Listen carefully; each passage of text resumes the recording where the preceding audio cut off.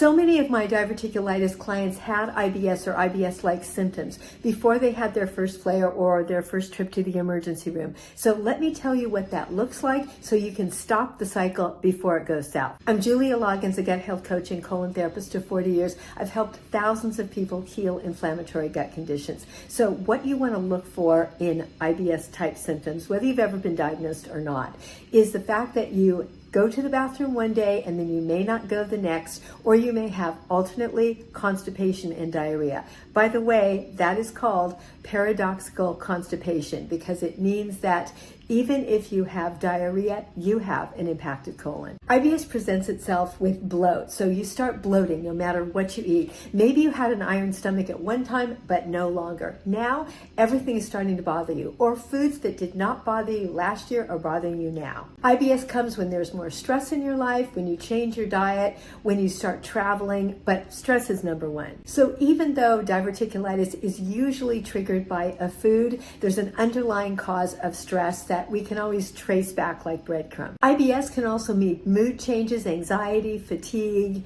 not knowing whether you're going to ever get off the toilet or you can't go at all. In other words, your gut starts running your life.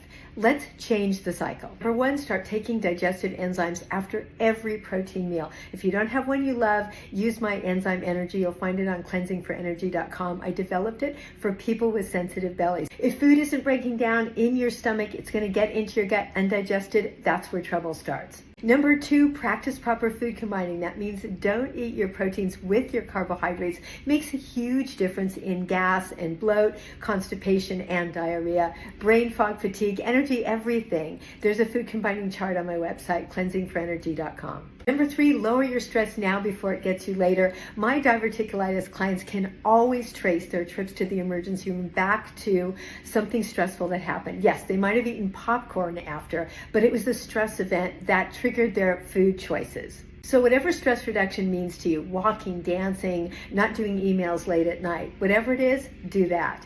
I'm Julia Loggins. Click to follow. Leave your questions here. Look forward to seeing you on Happy Gut Tribe Lives on Saturday at 4 p.m. Pacific Standard Time, Sunday at 5.